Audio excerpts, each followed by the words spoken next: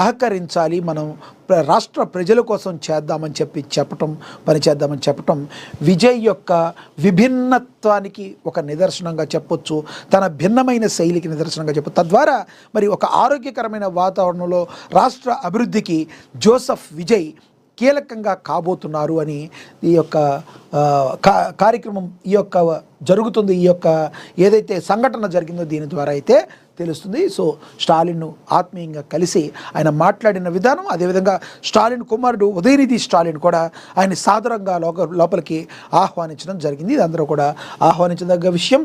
ప్రస్తుతం ఈ యొక్క సంఘటనను ఏపీ తెలంగాణలోని రాజకీయ నాయకులు కూడా ఎంతో స్ఫూర్తిగా తీసుకోవాలని చెప్పి విశ్లేషకుల యొక్క అభిప్రాయం. మరి మీరేమంటారు ఈ విషయంలో? కామెంట్ బాక్స్ రూపంలో కామెంట్ అయితే చేయండి. ఇక మనకి తెలుసు, మహాకథనంతో కదిలిన యంత్రాంగం, కొండాపూర్లో అక్రమ కట్టడాలపై అధికారుల కొరడ.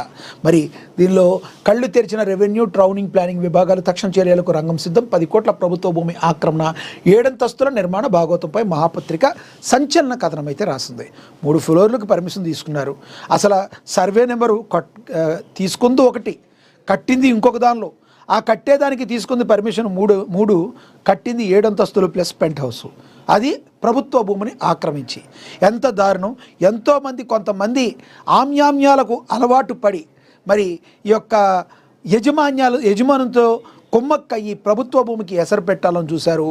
మరి మహాపత్రిక చేసిన ఈ యొక్క కథనంతో రాసిన కథనంతో యంత్రాంగం మొత్తం కదిలింది. మరి వాళ్ళకి చుక్కలు చూపిస్తుంది. ఎటువంటి పరిస్థితుల్లో ఇలా ప్రభుత్వ భూమిని ఇలా మరి వాళ్ళు ఇష్టం వచ్చినట్టు వాడుకుని స్వార్థపూరితంగా చేసుకున్న వాళ్ళకి మరి ఉపేక్షించబోమని అధికారులు అయితే చెప్పారు. తహసీల్దార్ కూడా మాట్లాడటం జరిగింది దీని గురించి. ఎటువంటి పరిస్థితుల్లో దీన్ని ఉపేక్షించాం, కూల్చడానికి కూడా వెనకాడము, ఇమీడియట్లీ అది ఆపేసేయాలని చెప్పి కూడా మాట్లాడటం అయితే జరిగింది. మరి తెగించిన ఈ అక్రమార్కులు మహా ఎఫెక్ట్ ఉంది. మరి పత్రికా దర్పణం పదునైతే ఎంతటి అవినీతి కోటలైనా బేటలు వారాల్సిందే. సామాన్యుడి గొంతుకగా మారి అక్రమార్కుల బండారాన్ని నిర్భయంగా బయటపెడితే ప్రభుత్వ యంత్రాంగం ఏ విధంగా పరుగులు పెడుతుందో చెప్పడానికి ఈ పరిణామమే సజీవ సాక్ష్యం. ఐటీ కారిడార్లో గుండెకాయ లాంటి కొండాపూర్లో ఏకంగా 10 కోట్ల విలువైన ప్రభుత్వ భూమిని కబళించి నిబంధనలకు పాతరేసి 7 అంతస్తుల భవనాలు నిర్మిస్తున్న భూబకాసురులు వ్యవహారాన్ని మహాపత్రిక అత్యంత సాహసోపేతంగా వెలుగులోకి తెచ్చింది. ఈ సంచలన కథనంతో ఎట్టికేలకు అధికార యంత్రాంగంలో చలనమైతే వచ్చింది. మరి మామూలు విషయం కాదు. ఇలాంటి అక్రమార్కులు ఎంతో బెదిరింపులు కూడా చేసేవాళ్ళు ఉంటారు. కానీ మరి మహాపత్రిక దీనికి ఏమాత్రం ఇలాంటి బెదిరింపులు కూడా భయపడకుండా తన ఆపరేషన్ను మరి చేసి ప్రజల యొక్క సొమ్ముని, ప్రభుత్వ సొమ్ముని మరి రాక్షసుల పాలు కాకుండా, భూబకాసురుల పాలు కాకుండా ఆపింది అంటంలో ఈ యొక్క సంఘటన మనం నిదర్శనంగా చెప్పుకోవచ్చు. గాఢ నిద్రలో ఉన్న రెవెన్యూ, టౌన్ ప్లానింగ్ అధికారులు ఉలిక్కి పడేలా లేచారు. అక్రమాణ నిర్మాణాలపై తక్షణమే కఠిన చర్యలు తీసుకుంటామని, బేషరతుగా ప్రభుత్వ భూమిని కాపాడుతామని ఉన్నతాధికారులు ప్రకటించారు. కొండాపూర్ ప్రధాన రహదారి పక్కన ఉన్న వోక్స్ వ్యాగన్, కియా కార్ల షోరూంల వెనుక వైపు సుమారుగా 600 చదరపు గజాల అత్యంత విలువైన ప్రభుత్వ స్థలం అన్యాక్రాంతమైంది. పార్లమెంట్ నెంబర్ 13C తదితర స్థలాల్లో సర్వే నెంబర్లు మార్చేసి టౌనింగ్ ప్లానింగ్ అధికారులతో కుమ్మక్కై కొందరు అక్రమార్కుల బహుళంతస్తుల నిర్మాణాలకు శ్రీకారం చుట్టారు. జిహెచ్ఎంసీ రికార్డుల ప్రకారం కేవలం స్టిల్డ్ ప్లస్ 3 అంతస్తులు మాత్రమే పర్మిషన్ తీసుకున్నారు. మరి 3 అంతస్తులు మాత్రమే పర్మిషన్ తీసుకున్నారు. కానీ వాళ్ళు కట్టింది మాత్రం 7 అంతస్తులు. కానీ క్షేత్రస్థాయిలో మాత్రం నిబంధనలకు నీళ్లు వదిలి ఏకంగా 7 అంతస్తులతో పాటు పెంట్ హౌస్ కూడా నిర్మాణం యథేచ్ఛగా కొనసాగిస్తున్నారు. నిర్మాణాలు పూర్తి కాకుండా సుమారు 70 లక్షలు చేతులు మారడం ద్వారా అడ్డదారిలో మరి ఆక్యుపెన్సీ సర్టిఫికేట్ కూడా పొందారన్న నగ్న సత్యాన్ని స్థానికుల ఆధారాలతో మహాపత్రిక కళ్ళు కట్టింది. వాస్తవానికి ఈ ప్రాంతం జోన్ల విభజనకు ముందు శేరిలింగంపల్లి, చందానగర్ సర్కిల్ పరిధిలో ఉండగా భవన నిర్మాణ అనుమతులు జారీ అయ్యాయి. ప్రస్తుతం ఇది కుకట్పల్లి జోనల్ పరిధిలోని మాదాపూర్ సర్కిల్లో కలిసింది. ఇదే అదురుగా భావించిన కింది స్థాయి అధికారులు ఇది మా పరిధి కాదంటే మా పరిధి కాదంటూ ఒకరిపై ఒకరు నెపం వేసుకుంటూ నెలల తరబడి ప్రజలను తప్పుదోవ పట్టించారు. అధికారుల అండదండలతోనే ప్రభుత్వ ఖజానాకు చేర్చాల్సిన లక్షలాది రూపాయల ఆదాయం పక్కదారి పడుతుంది. కళ్ళెదుటే ప్రభుత్వ స్థలం కబ్జాకు గురవుతుండడంతో స్థానికులు మొత్తుకుంటున్నా ఏ ఒక్కరు కూడా పట్టించుకోవడం లేదు. ఎప్పుడైతే ఈ మొత్తం భూ కబ్జా ఆక్రమణ నిర్మాణాల వ్యవహారాలపై మహాపత్రిక ధైర్యంగా అక్షరశరం సంధించిందో పరిస్థితి పూర్తిగా మారిపోయింది. కథనం ప్రచురితమైన వెంటనే జిహెచ్ఎంసీ కమిషనర్ స్థాయి అధికారులు అప్రమత్తమయ్యారు. రెవెన్యూ, టౌన్ ప్లానింగ్ విభాగాల ఉన్నతాధికారులు హుటాహుటిన స్పందించి అక్రమ నిర్మాణాలపై కొర్రా జుల్పించేందుకు సిద్ధమయ్యారు. నిబంధనలను ఉల్లంఘించిన నిర్మాణ ఆకాశ హార్ములను సీజ్ చేయడానికి, ప్రభుత్వ స్థలాన్ని ఆక్రమించిన వారిపై క్రిమినల్ కేసు నమోదు చేయడానికి రంగం సిద్ధం చేశారు. అంతేకాకుండా కాసులకు కక్కుర్తిపడి ఈ అక్రమార్కులు వంతపాడిన అవినీతి అధికారులపైన కఠినమైన శాఖాపరమైన చర్యలకు ఉపక్రమించినట్లుగా మనకి సమాచారం అని ప్రచురించారు. ఈ పరిమాణంతో కొండాపూర్లోని భూ కబ్జాదారుల తీవ్ర వణుకు మొదలైంది. సామాన్యుడి పక్షాన్ని నిలిచిన అక్రమదారుల గుట్టు రట్టు చేయడంలో పాటు ప్రభుత్వ ఆస్తులను కాపాడేందుకు మహాపత్రిక చూపిన చొరవ పట్ల స్థానిక ప్రజలు సర్వత్రా హర్షానైతే వ్యక్తం చేస్తున్నారు. మరి ప్రభుత్వ భూమిని కాపాడినందుకు మహాపత్రికకి సామాన్య ప్రజలందరూ కూడా కంగ్రాట్స్ చెప్తున్నట్టుగా కూడా మనకి తెలుస్తుంది.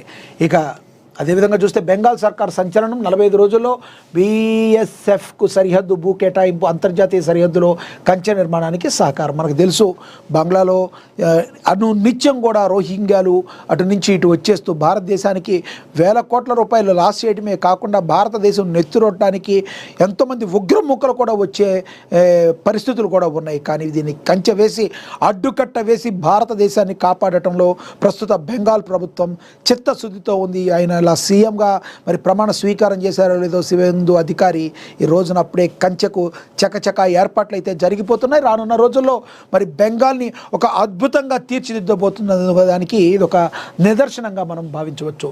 పశ్చిమ బెంగాల్ రాష్ట్ర పరిపాలనలో నూతన శకం ప్రారంభమైంది.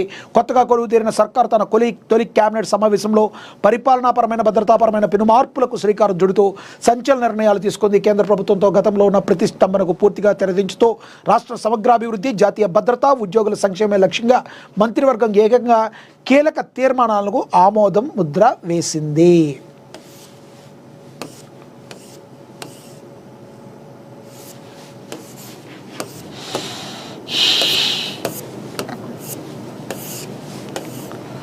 దశాబ్దాలుగా నలుగుతున్న పలు కీలక సమస్యలకు తక్షణ పరిష్కారాలు చూపేలా ఈ కేబినెట్ భేటీ సాగడం రాష్ట్ర రాజకీయాల్లో తీవ్ర ఆసక్తిని రేకెత్తిస్తుంది. దేశ భద్రత అత్యంత కీలకమైన సరిహద్దుల విషయంలో బెంగాల్ ప్రభుత్వం చారిత్రాత్మక నిర్ణయం తీసుకుంది. బంగ్లాదేశ్తో ఉన్న అంతర్జాతీయ సరిహద్దుల్లో కంచె నిర్మాణానికి అవసరమైన భూమిని కేవలం 45 రోజుల్లో బోర్డర్ సెక్యూరిటీ ఫోర్స్ కేటాయించాలని మంత్రివర్గం అధికారులకు స్పష్టమైన ఆదేశాలు జారీ చేసింది. దీనికి తోడు దేశవ్యాప్తంగా అమల్లోకి వచ్చిన నూతన క్రిమినల్ చట్టం, భారతీయ న్యాయ సంహిత బిఎంఎస్ను బెంగాల్లో తక్షణమే అమలు చేయాలని కేబినెట్ తీర్మానించింది. అంతేకాకుండా గత ప్రభుత్వ హయాంలో రాజకీయ కారణాలతో నిలిచిపోయిన అన్ని కేంద్ర ప్రభుత్వ పథకాలను ఇకపై రాష్ట్ర వ్యాప్తంగా ఎలాంటి ఆంక్షలు లేకుండా పూర్తి స్థాయిలో అమలు చేయాలని నిర్ణయం తీసుకుంది. దీంతో బెంగాల్ ప్రజలు హర్షాతిరేకాలు వ్యక్తం చేస్తున్నారని కూడా ప్రచురించడం అయితే జరిగింది. ఇక తదుపరి చూసుకుంటే తెలంగాణ విద్యా విధానంపై నీతి ఆయోగ్ ప్రశంసలు. రాష్ట్రంలో 11,000 టీచర్ పోస్టులు భర్తీ చేశాం. 36,000 మంది టీచర్లను బదిలీ చేశాం. విద్యా కేటాయింపులకు మరింతగా పెంచుతాం. 10+2 విద్యా విధానం తీసుకొస్తాం. విద్యా వారోత్సవాల్లో సీఎం రేవంత్ రెడ్డి తెలియచేశారు.